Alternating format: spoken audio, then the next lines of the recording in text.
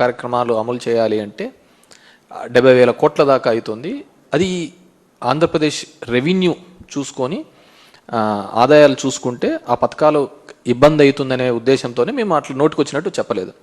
చంద్రబాబు నాయుడు గారు నోటికొచ్చినట్టు చెప్పి ఈరోజు ఎప్పుడైతే హామీలు అమలు చేయాలనుకున్నప్పుడు వచ్చేకల్లా రాష్ట్రాన్ని అమ్మేయాలా, ఇది అమ్మేయాలా అనేది చెప్తున్నాడు. ఆల్రెడీ ఆంధ్రప్రదేశ్ రాష్ట్రాన్ని చంద్రబాబు నాయుడు తెలుగుదేశం పార్టీ కూటమి ప్రభుత్వం ఫార్ సేల్ పెట్టేసింది. దాంట్లో భాగంగానే మొన్న కూడా చూసినాము 1,90,000 కోట్ల రూపాయలకు సంబంధించి ఏపీఎండిసికి సంబంధించినవి కూడా కేవలం ఒక 9,000 కోట్ల కోసం ఈ మైన్స్ అన్ని కూడా గ్యారంటీగా పెట్టే సందర్భం కూడా చూడడం జరిగింది.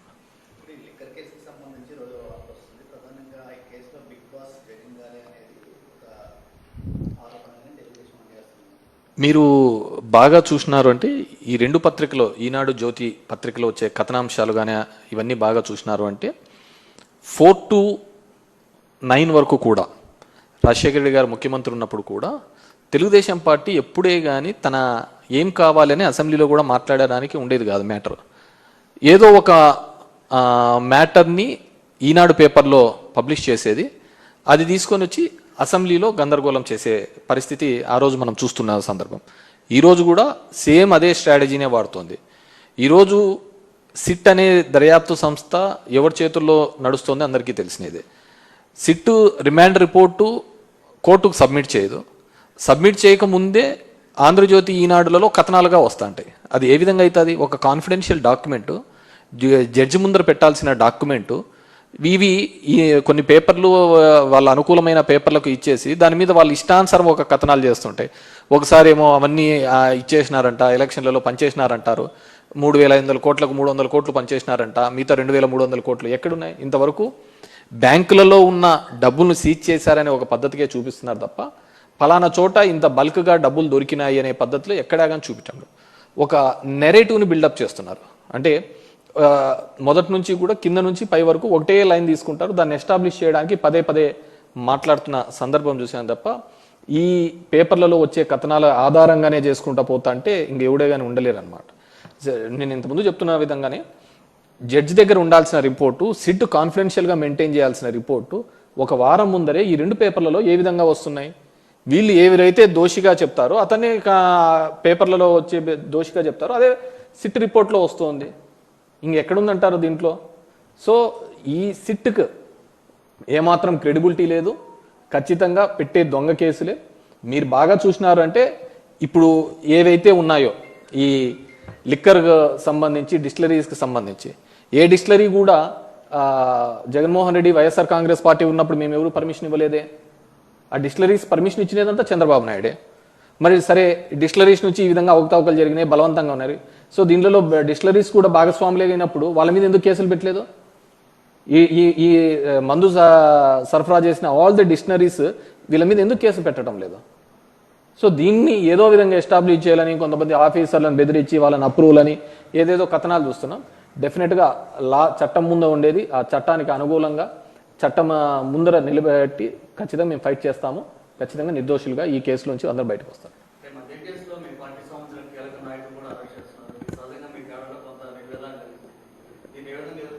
డెఫినెట్గా దిస్ ఆర్ ఆల్ ఎక్స్పెక్టెడే. ఏదో ఒక విధంగా ఈ ప్రభుత్వం మీద బురద చల్లాలనే ఒక ఆలోచనతో ఈ ప్రభుత్వం జరుగుతుంది. మనం మొత్తానికి చూసినట్టే చిన్న చిన్నది కానీ ఒక గ్రామ స్థాయిలో కూడా ఒక చిన్న గొడవ జరిగినప్పుడు వాడొచ్చి ఇంటి మీద గొడవ చేసినా కానీ మా మీద కేసులు పెట్టే సందర్భం. సో అంత మైక్రో లెవెల్లో నుంచి కూడా దీన్ని మానిటర్ చేస్తున్న సందర్భం. So we're already for ఎలాంటి కేసులు పెట్టినా ఏ దానికైనా సరే వైఎస్ఆర్ కాంగ్రెస్ పార్టీ సిద్ధంగా ఉంది. ఎటువంటిదైనా సరే చట్ట ప్రకారం మేము వాటిని ఎదుర్కోగలుగుతాము. డెఫినెట్గా ఎవరెవరైతే దీనిలలో భాగస్వాములు అవుతున్నారో, దీనిలో అంత ఉత్సాహంగా చేస్తున్నారో రాబోయే కాలంలో దాన్ని ఖచ్చితంగా అనుభవించి చెప్తారు.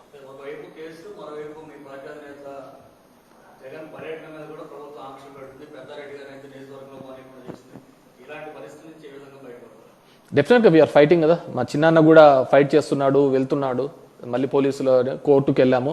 ఎంత దౌర్భాగ్యమైన పరిస్థితి అంటే court has given guide lines, మీరు ఈ విధంగా చేయండి అని చెప్పేసి. డెమోక్రటిక్ సిస్టంలో ఈ విధంగా పోండి అని చెప్పినా కానీ అక్కడ ఉన్న పోలీసులు అది చేయలేకపోవడం జరిగింది. మేము కంటెంప్ట్కి కూడా వేయడం జరిగింది. That's before the court. Maybe 23rd 24th ఎప్పుడో అని చెప్పారు. అది వచ్చిన తర్వాత దాని మీద కూడా మేము తీసుకోవడం.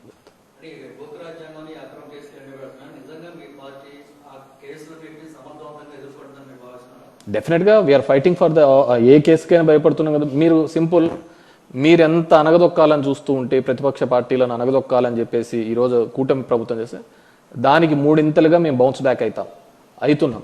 ఈరోజు జగన్మోహన్ రెడ్డి గారికి వెళ్తే వచ్చే జనాలే, ఆ క్రౌడే దానికి నిదర్శనం. దీంట్లో ఎటువంటిది లేదు. ఈరోజు చూసినారు అంటే జనాలు ప్రతి సందర్భంలో కూడా రైతు అనే వ్యక్తి గిట్టుబాటు ధర లేక ఇబ్బంది పడుతున్నాడు. మాకు ఎప్పుడు ఉండేది ఇదే, వర్షాకాలంలో రావాల్సిన వానలు ఎండాకాలంలో వచ్చినాయి. రైతులు పరిస్థితి చూస్తే చూడు, ఒక రైతు ఇబ్బంది పడుతున్నాడని పరిస్థితి ఉంటే ఈరోజు నిన్న చూసినారంటే 600 రూపాయలు ఒక టికెట్ రేట్ పెంచి ఇచ్చిన సందర్భం చూస్తున్నాం. అదే 600 రూపాయలు లేకుంటే రైతు గిట్టుబాటు ధర మీద వీళ్ళు ఆలోచించవచ్చు కదా. కానీ ఏ పార్టీ కూడా జనం కోసము ప్రజల కోసం ఆలోచిస్తున్న పరిస్థితి ఈరోజు పాలకపక్షం చూడటం లేదు, కూటమి చూడటం లేదు. డెఫినెట్గా వాళ్ళు బాగా జడ్జి చేయగలుగుతారు ఎవరిని ఏ విధంగా చేయాలని. డెఫినెట్గా రాబోయే కాలంలో వాళ్ళందరి మీద కూడా ప్రజలు ఒక తీర్పుని ఇవ్వబోతున్నారు.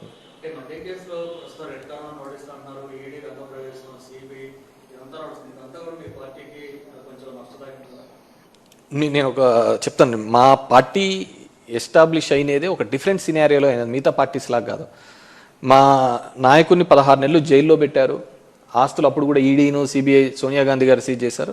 మీ బౌన్స్ బ్యాక్ కదా, ఎన్నికి రిటర్న్ అయినాం కదా. సేమ్ ఇంతకు మూడింతలుగా రిటర్న్ అవుతాము. ఖచ్చితంగా కూడా వైఎస్ఆర్ కాంగ్రెస్ రాసి పెట్టుకోండి, 2029లో పోయినసారి వచ్చిన మెజార్టీ కంటే అత్యధిక మెజార్టీతో రాబోతున్నామండి.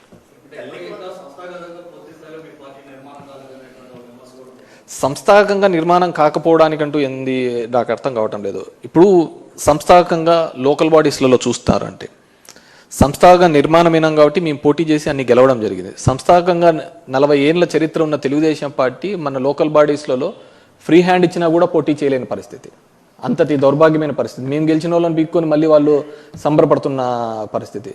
మా ప్రస్థానం 12 ఏళ్ళ రాజకీయ ప్రస్థానానికి 40 ఏళ్ళ తెలుగుదేశం పార్టీ ప్రస్థానానికి చూడండి.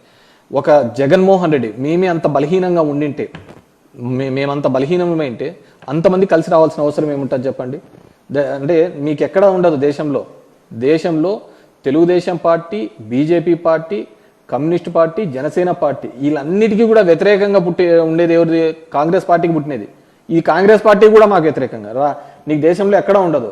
ఒక ప్రాంతీయ పార్టీని నిలువరించడానికి ఇన్ని పార్టీలు, జాతీయ పార్టీలు, ప్రాంతీయ పార్టీలు ఏకం కలిసి వస్తున్నాయి.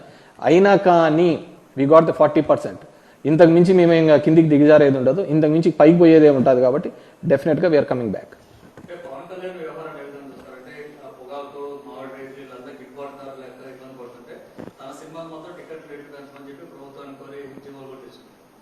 పవన్ కళ్యాణ్ తన మీటింగ్స్లోనే చెప్పాడు, హీఈస్ నాట్ అడ్మినిస్ట్రేటర్, నేను పాలన చేయలేను, పాలనకు పనికిరాను, నేను ఏదన్నా ఉంటే గలాటలు చేయడానికి పోరాడడానికి మాత్రమే పనికొస్తానని చెప్పేసి చెప్పడం జరిగింది. అతన్ని ఒక టూల్గా, ఒక ఆయుధంగా మాత్రమే తెలుగుదేశం పార్టీ వాడుకోవడం జరిగింది. సో అడ్మినిస్ట్రేషన్లో అతనే చెప్పడం జరిగింది తన రోల్ ఏమీ లేదు అని, ఏదన్నా కానీ పోరాటాలు దానికి అని చెప్పేసి. సో తన గొంతును, తనకున్న ఆ సినిమాకున్న క్రేజ్ను మాత్రమే తెలుగుదేశం పార్టీ వాడుకొని ఆ రోజు సక్సెస్ కావడం జరిగింది. ఈరోజు పవర్లో ఉన్నాడు కాబట్టి తెలుగుదేశం పవన్ కళ్యాణ్ యొక్క బలహీనత కూడా వాళ్ళ నమ్ముకున్న ఫ్యాన్స్కి వాళ్ళందరికీ కూడా అర్థమైంది. కాబట్టి డెఫినెట్గా he is going to be Jio. ఇలా చాలామంది అన్నారు, వచ్చాము. డెఫినెట్గా కూడా రేపు కూడా రాబోతున్నాము.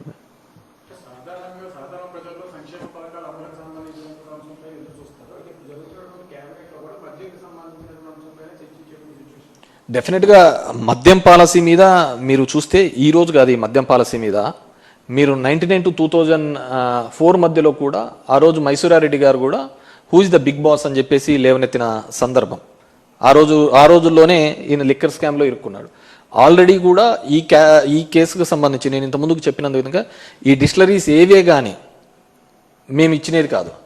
మేము చేసిన ఏకైక తప్పు ఒకటే ఒక చోట, నిజం గట్టిగా చెప్పలేకపోయినాం, చంద్రబాబు నాయుడు లాగా అబద్ధాలు మాట్లాడలేకపోయినాం. అది మా పార్టీ చేసిన అతిపెద్ద తప్పు. ఎందుకంటే వాళ్ళు ఈ భూము ఈ బీర్లను అన్నింటినీ చూపించేసి ఇవన్నీ జగన్మోహన్ రెడ్డి జే బ్రాండ్లని వాళ్ళంతగా ప్రచారం చేసినా కానీ లేదుగా ఇవన్నీ తెచ్చినది తెలుగుదేశం పార్టీ ఆధ్వర్యంలోనే వాళ్ళ ముఖ్యమంత్రిగా వాళ్ళ టెన్యూర్లోనే తెచ్చారు అనే విషయాన్ని కూడా మేము గట్టిగా ప్రజల్లోకి తీసుకొని పోలేకపోవడము మేము చేసిన అతిపెద్ద తప్పుగా భావిస్తున్నాం. వాళ్ళు చేసిన అబద్ధ మాటలు కుట్రపూరితమైన అంశాలను మేము జనంలోకి రివర్స్గా కౌంటర్ పోయినాము అధికారంలో ఉన్నప్పుడు. ఎందుకంటే ఏ డిస్టిలరీ మేము ఇవ్వలేదు. ఉన్న డిస్టిలరీస్ కన్నా మాకు ఫేవర్ చేసినట్టు ఈ విధంగా చేసినట్టు మరి ఎన్ని డిస్టిలరీస్ మీద కేసు పెట్టారు, ఎన్ని డిస్టిలరీస్ని ఉన్న ఎండీస్ని అరెస్ట్ చేసినారు, దాని ఓనర్లను అరెస్ట్ చేసినారు చెప్పమనండి. So these are all bogus. అవన్నీ ఇచ్చిన పర్మిషన్లు అన్నీ కూడా చంద్రబాబు నాయుడే.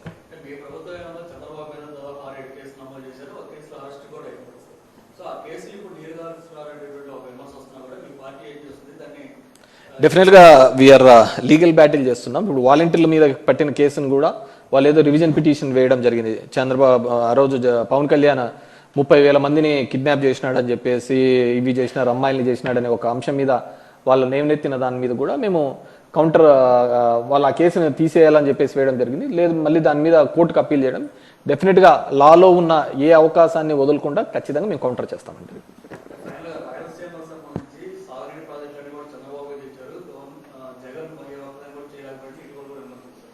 చంద్రబాబు నాయుడు గారు రాయలసీమ ప్రాంతంలో వచ్చి అక్కడ రైతన్నలను అడిగితే చెప్తారు ఈయన చేసిన ఘనకార్యం ఏంది. ఈరోజు రోడ్ల మీద టమోటాలు ప్రతి పంటను చూడండి రోడ్ల మీద వేసి ఇబ్బంది పడుతున్న పరిస్థితులు చూస్తాం. చంద్రబాబు నాయుడు ఒకటి చెప్తాను చెప్పండి, ప్రతిదీ తనే కనిపెట్టాను అంటుంటాడు. సైబరాబాద్ నేనే అంటాడు, ఆర్టిఫిషియల్ ఇంటెలిజెన్స్ అంటాడు, ఇంకో ఏదేదో వ్యాలీస్ చెప్తున్నాడు, క్వాంటమ్ వ్యాలీ అంటున్నాడు. నాకు తెలిసి అమరావతిలో ఏ వ్యాలీ ఉండదు, ఉండేది ఒకటే వ్యాలీ, అది ఆక్వా వ్యాలీ. ఆక్వా వ్యాలీ మాత్రం సక్సెస్ఫుల్గా ఉంటుంది. మనము ఏదైనా కానుంటే ఈ చిన్న చేపలను తీసుకొని వచ్చి అక్కడ చేపల పెంపకం చేస్తే డెఫినెట్గా మంచి రిజల్ట్స్ వస్తాయని చెప్పేసి నేను అనుకుంటున్నాను. అంతకు మించి ఆ అమరావతి అనే ఇతను పెట్టిన దీంట్లో ఎటువంటిది కూడా పురోగతి ఉండదు. ఓన్లీ పురోగతి ఏదైనా ఉంది అంటే మాత్రం ఫిషరీస్ మాత్రం బాగా డెవలప్ అవుతాయి. నాయుడు ఫర్ సేల్ చంద్రబాబు నాయుడు గారు ఆల్రెడీ ఫర్ సేల్ పెట్టేసినాడు.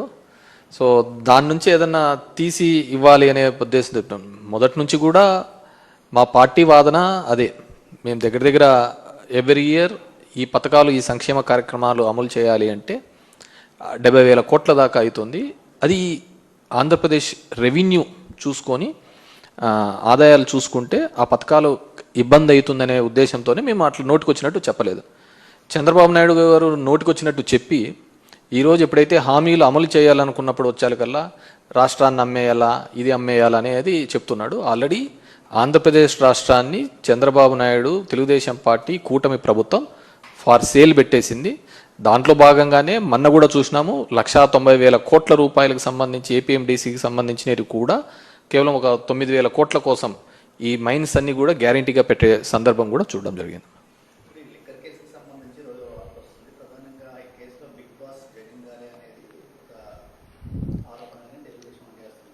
మీరు బాగా చూసినారు అంటే ఈ రెండు పత్రికలో ఈనాడు జ్యోతి పత్రికలో వచ్చే కథనాంశాలు కానీ ఇవన్నీ బాగా చూసినారు అంటే 4 to 9 వరకు కూడా రాజశేఖర రెడ్డి గారు ముఖ్యమంత్రి ఉన్నప్పుడు కూడా తెలుగుదేశం పార్టీ ఎప్పుడే కానీ తన ఏం కావాలని అసెంబ్లీలో కూడా మాట్లాడడానికి ఉండేది కాదు మ్యాటర్. ఏదో ఒక మ్యాటర్ని ఈనాడు పేపర్లో పబ్లిష్ చేసేది, అది తీసుకొని వచ్చి అసెంబ్లీలో గందరగోళం చేసే పరిస్థితి ఆ రోజు మనం చూస్తున్న సందర్భం. ఈరోజు కూడా సేమ్ అదే స్ట్రాటజీనే వాడుతోంది. ఈరోజు సిట్ అనే దర్యాప్తు సంస్థ ఎవరి చేతుల్లో నడుస్తోంది అందరికీ తెలిసినదే. సిట్ రిమాండ్ రిపోర్టు కోర్టుకు సబ్మిట్ చేయదు. సబ్మిట్ చేయకముందే ఆంధ్రజ్యోతి ఈనాడులలో కథనాలుగా వస్తుంటాయి. అది ఏ విధంగా అవుతుంది? ఒక కాన్ఫిడెన్షియల్ డాక్యుమెంటు, జడ్జి ముందర పెట్టాల్సిన డాక్యుమెంటు, ఇవి కొన్ని పేపర్లు వాళ్ళ అనుకూలమైన పేపర్లకు ఇచ్చేసి దాని మీద వాళ్ళు ఇష్టానుసారం ఒక కథనాలు చేస్తుంటాయి. ఒకసారి ఏమో అవన్నీ ఇచ్చేసినారంట, ఎలక్షన్లలో పనిచేసినారంటారు, 3,500 కోట్లకు 300 కోట్లు పనిచేసినారంట, మిగతా 2,300 కోట్లు ఎక్కడున్నాయి? ఇంతవరకు బ్యాంకులలో ఉన్న డబ్బులను సీజ్ చేశారనే ఒక పద్ధతికే చూపిస్తున్నారు తప్ప ఫలానా చోట ఇంత బల్క్గా డబ్బులు దొరికినాయి అనే పద్ధతిలో ఎక్కడా కానీ చూపించండి. ఒక నెరేటివ్ని బిల్డప్ చేస్తున్నారు. అంటే మొదటి నుంచి కూడా కింద నుంచి పై వరకు ఒకటే లైన్ తీసుకుంటారు, దాన్ని ఎస్టాబ్లిష్ చేయడానికి పదే పదే మాట్లాడుతున్న సందర్భం చూసాను తప్ప ఈ పేపర్లలో వచ్చే కథనాల ఆధారంగానే చేసుకుంటా పోతా అంటే ఇంకెవడే కానీ ఉండలేరు అనమాట. నేను ఇంతకుముందు చెప్తున్న విధంగానే జడ్జి దగ్గర ఉండాల్సిన రిపోర్టు, సిట్ కాన్ఫిడెన్షియల్గా మెయింటైన్ చేయాల్సిన రిపోర్టు ఒక వారం ముందరే ఈ రెండు పేపర్లలో ఏ విధంగా వస్తున్నాయి? వీళ్ళు ఎవరైతే దోషిగా చెప్తారో అతన్ని పేపర్లలో వచ్చే దోషిగా చెప్తారో అదే సిట్ రిపోర్ట్లో వస్తుంది. ఇంకెక్కడుందంటారు దీంట్లో? సో ఈ సిట్కి ఏమాత్రం క్రెడిబిలిటీ లేదు. ఖచ్చితంగా పెట్టే దొంగ కేసులే. మీరు బాగా చూసినారు అంటే ఇప్పుడు ఏవైతే ఉన్నాయో ఈ లిక్కర్ సంబంధించి, డిస్టిలరీస్కి సంబంధించి ఏ డిస్టిలరీ కూడా జగన్మోహన్ రెడ్డి వైఎస్ఆర్ కాంగ్రెస్ పార్టీ ఉన్నప్పుడు మేము ఎవరు పర్మిషన్ ఇవ్వలేదే. ఆ డిస్టిలరీస్ పర్మిషన్ ఇచ్చినదంతా చంద్రబాబు నాయుడే. మరి సరే, డిస్టిలరీస్ నుంచి ఈ విధంగా అవకతవకలు జరిగినాయి, బలవంతంగా ఉన్నాయి. సో దీనిలో డిస్టిలరీస్ కూడా భాగస్వాములే అయినప్పుడు వాళ్ళ మీద ఎందుకు కేసులు పెట్టలేదు? ఈ ఈ ఈ మందు సరఫరా చేసిన ఆల్ ది డిస్టిలరీస్ వీళ్ళ మీద ఎందుకు కేసు పెట్టడం లేదు? సో దీన్ని ఏదో విధంగా ఎస్టాబ్లిష్ చేయాలని కొంతమంది ఆఫీసర్లను బెదిరించి వాళ్ళని అప్రూవల్ అని ఏదేదో కథనాలు చూస్తున్నాం. డెఫినెట్గా చట్టం ముందు ఉండేది, ఆ చట్టానికి అనుకూలంగా చట్టం ముందర నిలబెట్టి ఖచ్చితంగా మేము ఫైట్ చేస్తాము. ఖచ్చితంగా నిర్దోషులుగా ఈ కేసు నుంచి అందరూ బయటకు వస్తారు.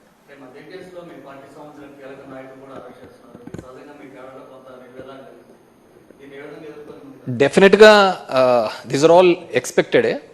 ఏదో ఒక విధంగా ఈ ప్రభుత్వం మీద బురద చల్లాలనే ఒక ఆలోచనతో ఈ ప్రభుత్వం జరుగుతుంది. మనం మొత్తానికి చూసినట్టే చిన్న చిన్నది కానీ ఒక గ్రామ స్థాయిలో కూడా ఒక చిన్న గొడవ జరిగినప్పుడు వాడొచ్చి ఇంటి మీద గొడవ చేసినా కానీ మా మీద కేసులు పెట్టే సందర్భం. సో అంత మైక్రో లెవెల్లో నుంచి కూడా దీన్ని మానిటర్ చేస్తున్న సందర్భం. So we're already for ఎలాంటి కేసులు పెట్టినా ఏ దానికైనా సరే వైఎస్ఆర్ కాంగ్రెస్ పార్టీ సిద్ధంగా ఉంది. ఎటువంటిదైనా సరే చట్ట ప్రకారం ఏమో వాటిని ఎదుర్కోగలుగుతాము. డెఫినెట్గా ఎవరెవరైతే దీనిలలో భాగస్వాములు అవుతున్నారో, దీనిలో అంత ఉత్సాహంగా చేస్తున్నారో, రాబోయే కాలంలో దాన్ని ఖచ్చితంగా అనుభవించి చెప్తారు.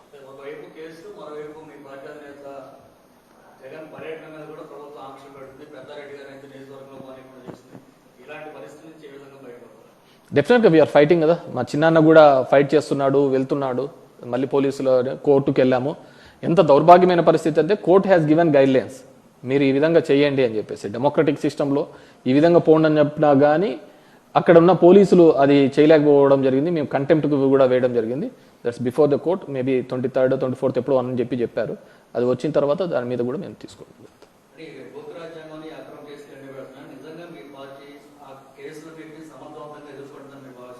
డెఫినెట్గా వీఆర్ ఫైటింగ్ ఫర్ ద ఏ కేసుకైనా భయపడుతున్నాం కదా. మీరు సింపుల్, మీరెంత అనగదొక్కాలని చూస్తూ ఉంటే ప్రతిపక్ష పార్టీలను అనగదొక్కాలని చెప్పేసి ఈరోజు కూటమి ప్రభుత్వం చేస్తే దానికి 3 మేము బౌన్స్ బ్యాక్ అవుతున్నాం. ఈరోజు జగన్మోహన్ రెడ్డి గారికి వెళ్తే వచ్చే జనాలే, ఆ క్రౌడే దానికి నిదర్శనం. దీంట్లో ఎటువంటిది లేదు. ఈరోజు చూసినారు అంటే జనాలు ప్రతి సందర్భంలో కూడా రైతు అనే వ్యక్తి గిట్టుబాటు ధర లేక ఇబ్బంది పడుతున్నాడు. మాకు ఎప్పుడు ఉండేది ఇదే, వర్షాకాలంలో రావాల్సిన వానలు ఎండాకాలంలో వచ్చినాయి. రైతు పరిస్థితి చూస్తే చూడు, ఒక రైతు ఇబ్బంది పడుతున్నాడని పరిస్థితి ఉంటే ఈరోజు నిన్న చూసినారంటే 600 రూపాయలు ఒక టికెట్ రేట్ పెంచి ఇచ్చిన సందర్భం చూస్తున్నాం. అదే 600 రూపాయలు లేకుంటే రైతు గిట్టుబాటు ధర మీద వీళ్ళు ఆలోచించవచ్చు కదా. కానీ ఏ పార్టీ కూడా జనం కోసము, ప్రజల కోసం ఆలోచిస్తున్న పరిస్థితి ఈరోజు పాలకపక్షం చూడటం లేదు, కూటమి చూడటం లేదు. డెఫినెట్గా వాళ్ళు బాగా జడ్జి చేయగలుగుతారు ఎవరిని ఏ విధంగా చేయాలని. డెఫినెట్గా రాబోయే కాలంలో వాళ్ళందరి మీద కూడా ప్రజలు ఒక తీర్పుని ఇవ్వబోతున్నారు.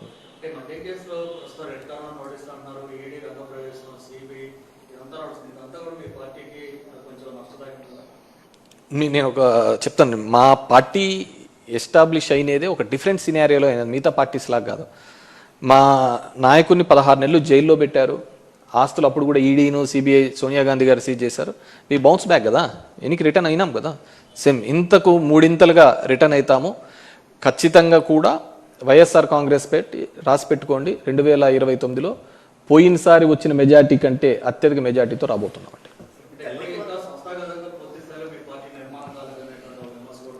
సంస్థాగతంగా నిర్మాణం కాకపోవడానికంటూ ఏంది నాకు అర్థం కావటం లేదు. ఇప్పుడు సంస్థాగతంగా లోకల్ బాడీస్లలో చూస్తారు అంటే సంస్థాగత నిర్మాణమైనాం కాబట్టి మేము పోటీ చేసి అన్ని గెలవడం జరిగింది. సంస్థాగతంగా 40 ఏళ్ల చరిత్ర ఉన్న తెలుగుదేశం పార్టీ మన లోకల్ బాడీస్లలో ఫ్రీ హ్యాండ్ ఇచ్చినా కూడా పోటీ చేయలేని పరిస్థితి, అంతటి దౌర్భాగ్యమైన పరిస్థితి. మేము గెలిచిన వాళ్ళని పీక్కొని మళ్ళీ వాళ్ళు సంబరపడుతున్న పరిస్థితి. మా ప్రస్థానం 12 ఏళ్ల రాజకీయ ప్రస్థానానికి 40 ఏళ్ల తెలుగుదేశం పార్టీ ప్రస్థానానికి చూడండి. ఒక జగన్మోహన్ రెడ్డి మేమే అంత బలహీనంగా ఉండింటే, మేమంత బలహీనమైంటే అంతమంది కలిసి రావాల్సిన అవసరం ఏముంటుంది చెప్పండి. అంటే మీకు ఎక్కడ ఉండదు దేశంలో Telugu Desam party, BJP party, communist party, Janasena party వీళ్ళన్నిటికీ కూడా వ్యతిరేకంగా ఉండేది ఎవరిది? కాంగ్రెస్ పార్టీకి పుట్టినది. ఈ కాంగ్రెస్ పార్టీ కూడా మాకు వ్యతిరేకంగా నీకు దేశంలో ఎక్కడా ఉండదు. ఒక ప్రాంతీయ పార్టీని నిలువరించడానికి ఇన్ని పార్టీలు, జాతీయ పార్టీలు, ప్రాంతీయ పార్టీలు ఏకం కలిసి వస్తున్నాయి. అయినా కానీ వి గాట్ ద 40%. ఇంతకు మించి మేము ఇంకా కిందికి దిగజారేది ఉండదు, ఇంతకు మించి పైకి పోయేదే ఉంటుంది. కాబట్టి డెఫినెట్గా వీఆర్ కమింగ్ బ్యాక్.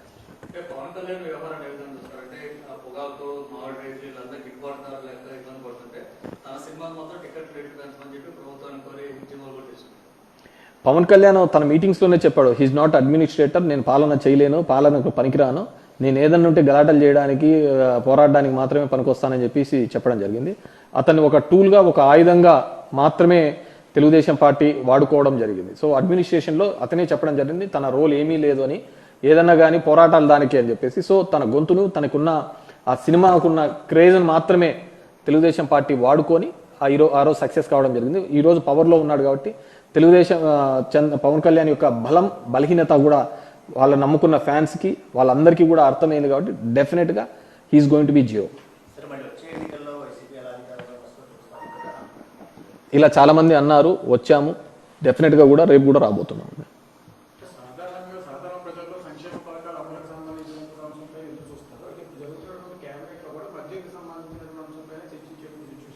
డెఫినెట్గా మద్యం పాలసీ మీద మీరు చూస్తే ఈ రోజు కాదు, ఈ మద్యం పాలసీ మీద మీరు 1999 to 2004 మధ్యలో కూడా ఆ రోజు మైసూరారెడ్డి గారు కూడా who is the big boss అని చెప్పేసి లేవనెత్తిన సందర్భం. ఆ రోజుల్లోనే ఈయన లిక్కర్ స్కామ్లో ఇరుక్కున్నాడు. ఆల్రెడీ కూడా ఈ కేసుకు సంబంధించి నేను ఇంత ముందుకు చెప్పినందు విధంగా ఈ డిస్టిలరీస్ ఏవే కానీ మేము ఇచ్చినది కాదు. మేము చేసిన ఏకైక తప్పు ఒకటే ఒక చోట, నిజం గట్టిగా చెప్పలేకపోయినాం, చంద్రబాబు నాయుడు లాగా అబద్ధాలు మాట్లాడలేకపోయినాం. అది మా పార్టీ చేసిన అతిపెద్ద తప్పు.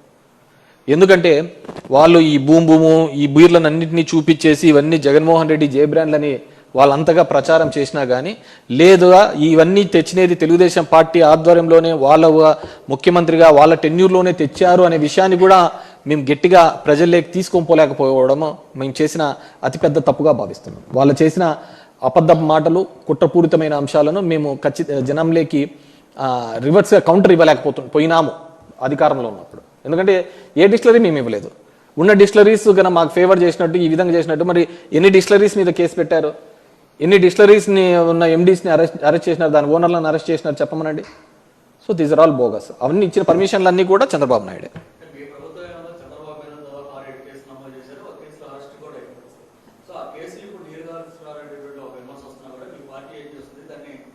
డెఫినెట్గా వీఆర్ లీగల్ బ్యాటిల్ చేస్తున్నాం. ఇప్పుడు వాలంటీర్ల మీద పట్టిన కేసును కూడా వాళ్ళు ఏదో రివిజన్ పిటిషన్ వేయడం జరిగింది. చంద్రబాబు ఆ రోజు పవన్ కళ్యాణ్ 30,000 మందిని కిడ్నాప్ చేసినాడని చెప్పేసి, ఇవి చేసినారు, అమ్మాయిల్ని చేసినాడనే ఒక అంశం మీద వాళ్ళు నేమనెత్తిన దాని మీద కూడా మేము కౌంటర్, వాళ్ళ ఆ కేసును తీసేయాలని చెప్పేసి వేయడం జరిగింది. లేదు మళ్ళీ దాని మీద కోర్టుకు అప్పీల్ చేయడం.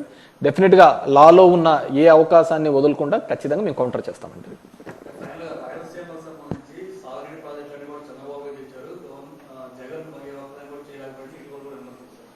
చంద్రబాబు నాయుడు గారు రాయలసీమ ప్రాంతంలో వచ్చి అక్కడ రైతన్నలను అడిగితే చెప్తారు ఈయన చేసిన ఘనకార్యం అంది. ఈరోజు రోడ్ల మీద టమోటాలు, ప్రతి పంటను చూడండి రోడ్ల మీద వేసి ఇబ్బంది పడుతున్న పరిస్థితులు చూస్తాడు. చంద్రబాబు నాయుడు ఒకటి చెప్తాను చెప్పండి, ప్రతిదీ తనే కనిపెట్టాను అంటుంటాడు. సైబరాబాద్ నేనే అంటాడు, ఆర్టిఫిషియల్ ఇంటెలిజెన్స్ అంటాడు, ఇంకో ఏదేదో వ్యాలీస్ చెప్తున్నాడు, క్వాంటమ్ వ్యాలీ అంటున్నాడు. నాకు తెలిసి అమరావతిలో ఏ వ్యాలీ ఉండదు, ఉండేది ఒకటే వ్యాలీ, అది ఆక్వా వ్యాలీ. ఆక్వా వ్యాలీ మాత్రం సక్సెస్ఫుల్గా ఉంటుంది. మనము ఏదైనా కానుంటే ఈ చిన్న చేపలను తీసుకొని వచ్చి అక్కడ చేపల పెంపకం చేస్తే డెఫినెట్గా మంచి రిజల్ట్స్ వస్తాయని చెప్పేసి నేను అనుకుంటున్నాను. అంతకు మించి ఆ అమరావతి అనే ఇతను పెట్టిన దీంట్లో ఎటువంటిది కూడా పురోగతి ఉండదు.